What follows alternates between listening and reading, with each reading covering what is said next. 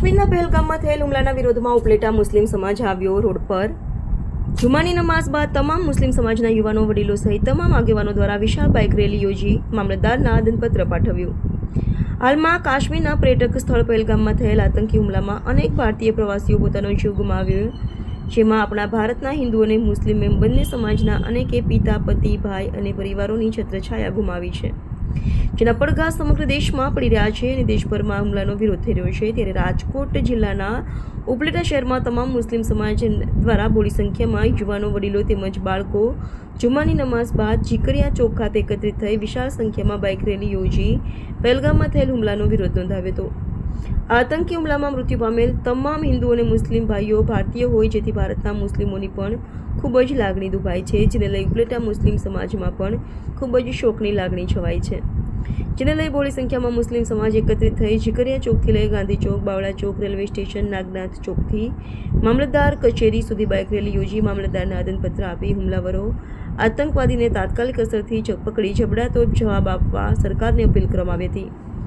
આવા અનેકવાર થયેલા આતંકવાદી હુમલાને લઈ દેશભરમાં જ્યારે વિરોધ થાય છે અને પ્રવાસીઓ અને જવાનો પોતાનો જીવ ગુમાવે છે, ત્યારે સમગ્ર દેશમાં શોકની લાગણી પ્રસરી જવા પામે છે, જેથી આવા હુમલાઓને દેશભરમાં વખોડી કાઢી આવા હુમલા કરનારા આતંકવાદીઓને વહેલી તકે શોધી ખતમ કરવા જોઈએ અને દેશને સુરક્ષિત રાખવા આવા બનાવ ન બને તેની તકેદારી અને સુરક્ષાને લઈ હુમલાવરોને જબડાતોબ જવાબ આપવા તમામ ઉપલેટા મુસ્લિમ સમાજ દ્વારા સરકારને રજૂઆતો કરવામાં આવી। રિપોર્ટર આસિફ ખોખર, ઉપલેટા।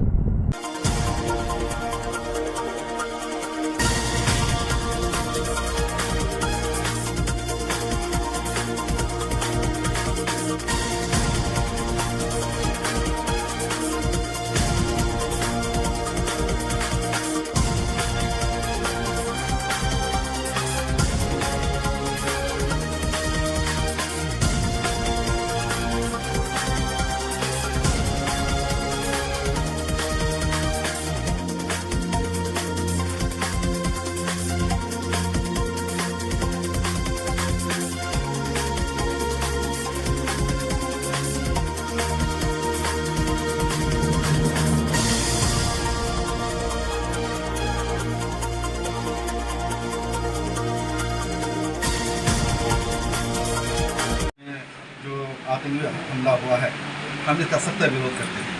हम हुकूमत हिंद से अपील करते हैं कि इन आतंकवादी को पकड़ा जाए, सख्त से सख्त सज़ा दी जाए, कड़ी से कड़ी सज़ा दी जाए, और जो लोग जिनकी जान गई है उनके लिए हम गम मनाते हैं, अफसोस मनाते हैं।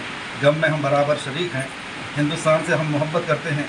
हमारे पैगम्बर ने हिंदुस्तान के लिए और अपने वतन के लिए वतन की मोहब्बत को ईमान का हिस्सा बताया है। हम सबसे अच्छा और बेहतर हमारे हिंदुस्तान को मानते हैं। हम हिंदुस्तान से मोहब्बत करते हैं।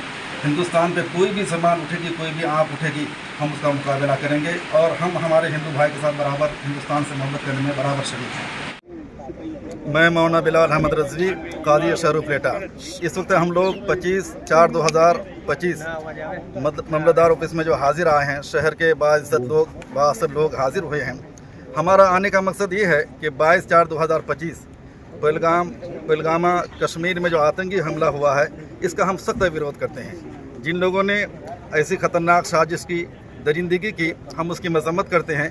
हिंदुस्तान की हुकूमत से अपील करते हैं कि ऐसे लोगों पे सख्त से सख्त सजाएँ दी जाए, इनके साथ कार्रवाई किया जाए, जेल के सलाखों में बंद किया जाए।